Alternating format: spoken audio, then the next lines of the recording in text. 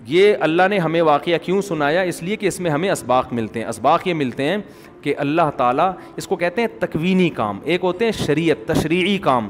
تشریعی کیا ہے؟ نماز, روزہ, حج, زکوٰۃ, یہ اللہ کے آرڈر. ایک ہوتا ہے تکوینی, دنیا میں نظام کائنات چل رہا ہے نا, تو بہت سارے کام اللہ فرشتوں سے لے رہے ہیں, یہ تکوینی کام کہلاتے ہیں. کوئی بیمار ہو رہا ہے, کوئی ٹھیک ہو رہا ہے, کسی کے رزق میں اضافہ ہو رہا ہے, کوئی کسی کی ٹانگ ٹوٹ رہی ہے, کسی کی لاٹری کھل رہی ہے.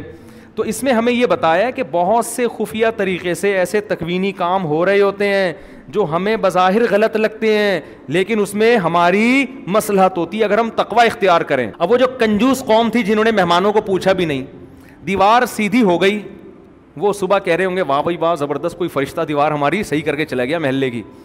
ان کمبختوں کو نہیں پتا کہ اس میں تمہارا نقصان ہوا ہے. اور وکانہ ابوہما صالحا, ماں باپ نیک تھے, یتیم بچے, اللہ نے ان ماں باپ کی نیکی کی وجہ سے ان کے بچوں کا کیسے خیال کروایا ہے. لوگوں نے موسیٰ علیہ السلام سے پوچھا زمین میں سب سے بڑا عالم کون ہے؟ انہوں نے کہا میں. اب بات تو بالکل صحیح تھی, ٹھیک ہے نا, بات بالکل, کیونکہ پیغمبر سے بڑا عالم کوئی نہیں ہوتا, لیکن اللہ کو آپ کا یہ انداز پسند نہیں آیا. یہ بخاری کی حدیث ہے. اللہ نے کہا کہ اے موسیٰ کچھ علم ہم نے دوسروں کو بھی دیے ہیں. تو حضرت خضر علیہ السلام کے پاس موسیٰ علیہ السلام گئے, تو خضر علیہ السلام سے ملاقات ہوئی.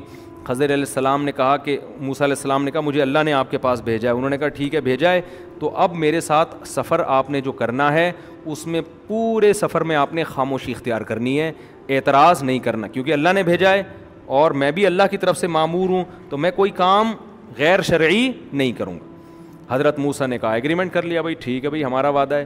تو خضر علیہ السلام چلے موسیٰ علیہ السلام کے ساتھ. موسیٰ علیہ السلام کے ساتھ ان کے خادم بھی تھے.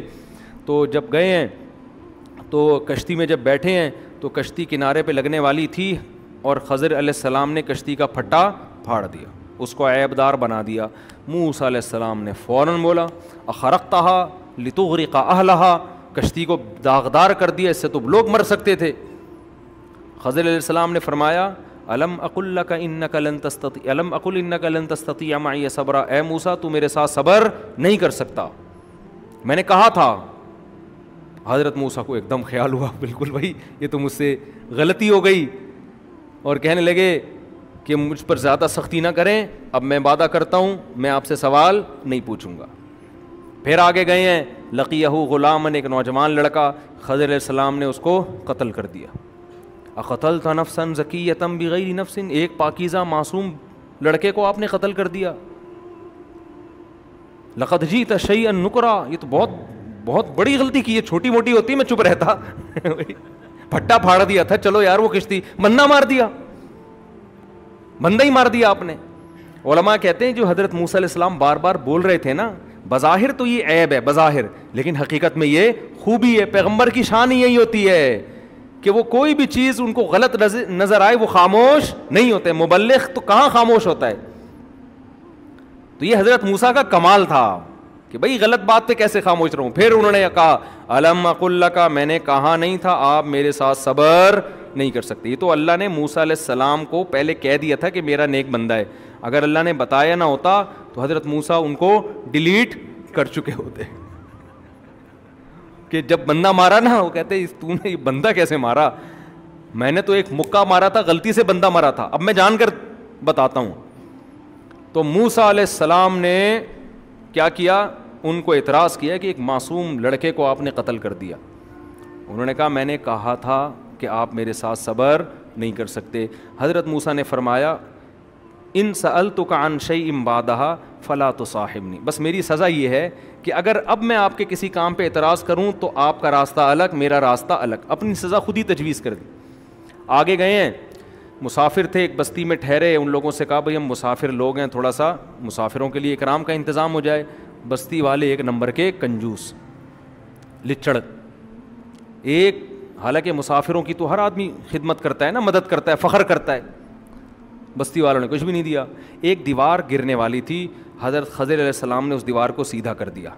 موسیٰ علیہ السلام نے فرمایا ہم پہلے ہی مسافر ہیں, بھوک لگ رہی ہے, کھانے کے پیسے ہیں نہیں, یہ ایک موقع آیا تھا پیسے کمانے کا, اجرت کمانے کا, آپ دیوار سیدھی کر دیتے, ہم نے منع نہیں کیا, لیکن ان سے کہتے بھائی اتنا کمیشن لوں گا پھر میں دیوار سیدھی کر دوں گا. حضرت خضر نے فرمایا ھذا فراق بینی و بینک, اب میرا اور آپ کا راستہ کیا ہے, جدا. نبی صلی اللہ علیہ وسلم، یہ تو قرآن میں واقعہ ہے، جب نبی نے حدیث میں یہ واقعہ سنایا آپ نے فرمایا اللہ موسیٰ پہ رحم کرے، تھوڑا صبر کر لیتے اور کچھ چیزیں ہمارے سامنے آ جاتی. تو جلالی پیغمبر تھے نا. اور دیکھو ایسے جلالی پیغمبر قوم کیسی نالائق ملی ہے، قوم بالکل ہی الٹی، کتنا ستایا ہوگا. تبھی حدیث میں ایک موقع پر کسی نئے ایک شخص اسلام قبول کیا، ان کے دل میں ظاہر ہے جو نئے نئے مسلمان ہو رہے تھے فتح مکہ کے بعد، فوری طور پر اسلام دل میں راسخ نہیں ہوا تھا، تو کسی نے اعتراض کیا مال غنیمت پہ کہ اس دفعہ مال غنیمت میں انصاف نہیں ہوا. آپ صلی اللہ علیہ وسلم کا چہرہ غضب سے سرخ ہو گیا اور فرمایا کہ پیغمبر اگر غنیمت میں انصاف نہیں کریں گے تو کون کریں گے؟ یہ تو کتنا بڑا اعتراض ہے.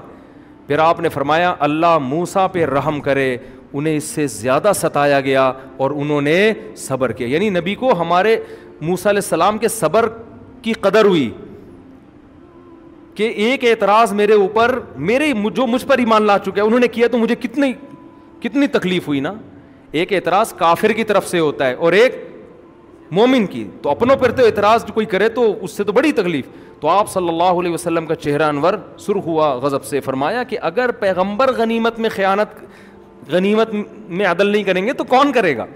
پھر آپ نے فرمایا اللہ موسیٰ پہ رحم کرے جن کو اس سے زیادہ ستایا گیا اور انہوں نے صبر کیا. تو حدیث کا مطلب یہ نہیں کہ معاذ اللہ موسیٰ علیہ السلام بے صبرے تھے، یہ تو ایک جزوی واقعہ تھا، اس لیے آپ نے فرما دیا کہ اللہ موسیٰ پہ رحم کرے. اگر صبر کرتے تو اور بھی بہت سارے واقعات سامنے آ جاتے. پھر ان خضر علیہ السلام نے بتایا کہ میں نے یہ کیوں کیا ہے، یہ سب اللہ کے حکم پہ کیا ہے. پہلا کام وہ کشتی جس کو میں نے توڑ دیا، وجہ اس کی یہ تھی وہ کسی آگے ظالم بادشاہ تھا، عیب دار کشتی کو چھوڑ دیتا تھا اور جو کشتی صحیح سالم ہوتی تھی اس کو رکھ لیتا تھا. تو اللہ نے چاہا کہ یہ کشتی اس ظلم سے بچ جائے. یہ ایک پھٹا تو بعد میں لگانا آسان ہے نا، لیکن پوری کشتی چھڑوانا بڑا مشکل کام ہے.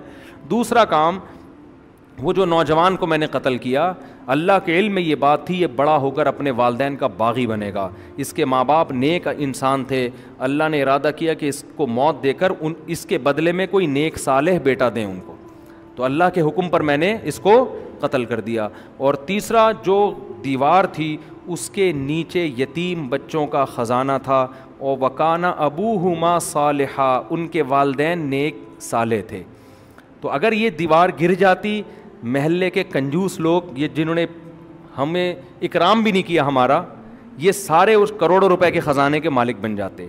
تو اللہ نے ارادہ کیا کہ یہ دیوار ابھی نہ گرے، بچے جوان ہو جائیں گے، مضبوط بن جائیں گے، پھر ان کو پتہ چلے گا ہمارے والدین نے یہاں خزانہ دفن کیا تھا، تو والدین کے خزانہ ان کی ملکیت میں آئے گا. تو یہ اللہ نے ہمیں واقعہ کیوں سنایا؟ اس لیے کہ اس میں ہمیں اسباق ملتے ہیں. اسباق یہ ملتے ہیں کہ اللہ تعالیٰ، اس کو کہتے ہیں تکوینی کام. ایک ہوتے ہیں شریعت، تشریعی کام.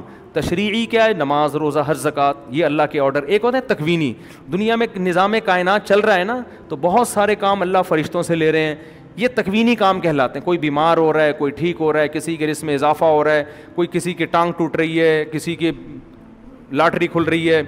تو اس میں ہمیں یہ بتایا کہ بہت سے خفیہ طریقے سے ایسے تکوینی کام ہو رہے ہوتے ہیں جو ہمیں بظاہر غلط لگتے ہیں، لیکن اس میں ہماری مصلحت ہوتی ہے اگر ہم تقوی اختیار کریں. اب وہ جو کنجوس قوم تھی جنہوں نے مہمانوں کو پوچھا بھی نہیں، دیوار سیدھی ہو گئی، وہ صبح کہہ رہے ہوں گے واہ بھائی واہ زبردست، کوئی فرشتہ دیوار ہماری صحیح کر کے چلا گیا محلے کی. ان کمبختوں کو نہیں پتا کہ اس میں تمہارا نقصان ہوا ہے.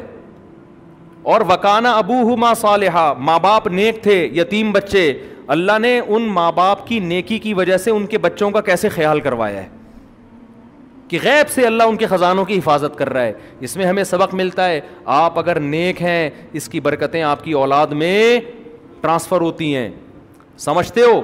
اسی طرح وہ ماں باپ تو سوچ رہے ہوں گے ہمارا نوجوان لڑکا مر گیا، ہائے پتہ نہیں کوئی انون آدمی قتل کر کے چلا گیا.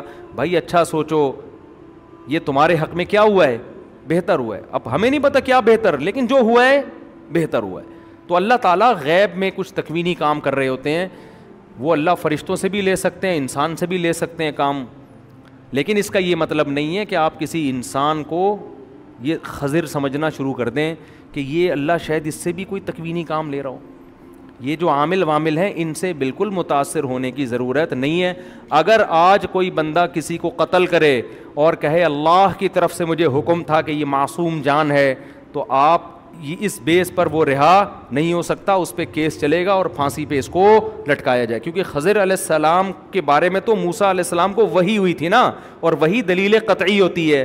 آج کسی کے بارے میں ہمیں وحی نہیں ہو سکتی, لہذا آج کوئی ٹوپی ڈرامہ اٹھ کے کشتیاں توڑ رہا ہے تو لگا دو ایک کھینچ کے کہ تیرے باپ کی کشتی ہے, وہ بولے میں نے اس لیے جوڑی توڑی کہ ایکچولی ایک میں بزرگ ہوں, مجھے الہام ہوا, خواب آیا کہ ایک بندہ بیٹھا ہوا ہے, وہ پنچر موٹر سائیکل کو چھوڑ دیتا ہے اور ہوا والی موٹر سائیکل کو, میں ایک دفعہ جا رہا تھا, پنچر کیلیں پڑی ہوئی تھیں سڑک پہ, میری بائک پنچر ہوئی, آگے پنچر والے کی دکان, میں نے کہا واہ کیا ڈرامہ ہے یار, اس نے خود ہی کیلیں ڈالی ہوئی, جو آئے گا میں نے تو نظر پڑ گئی. اب وہ پنچر والا کہہ سکتا تھا تکوینی کام ہے یہ, میں نے کیلیں اس لیے ڈالی ہیں کہ تمہاری بائک پنچر ہو. مجھے رات خواب میں 3 دفعہ حضرت بزرگ آئے تھے, انہوں نے کہا تھا مفتی صاحب صبح جامعہ جاتے ہیں, یہاں سے بائک پنچر ہو جاتی ہے تو پنچر ہوگی تو آگے دہشت گرد بیٹھا ہوا ہے, وہ انتظار میں تھا, ہدف بنا کے رکھا ہوا تھا, تو پنچر ہوگی تو اس کی وجہ سے وہ اتنی دیر انتظار نہیں کرے گا, وہ گھر چلا جائے گا, کچھ بھی کہانی بنا سکتا ہے. تو اب یہ ٹوپی ڈرامے خضر علیہ السلام کے برحق ہونے پر تو قرآن کی دلیل ہے, موسیٰ علیہ السلام کو وحی ہوئی تھی. آج کوئی یہ نہیں کر سکتا, کیونکہ خضر علیہ السلام کے نام پہ آج بہت سے لوگ چورن بیچ رہے ہیں بیٹھ کے, یعنی ان کے نام کا مطلب ان کی دلیل دے کے کہ یار وہ بھی تو تکوینی کام کر رہے تھے نا, تو ہم بھی یہ کر رہے ہیں.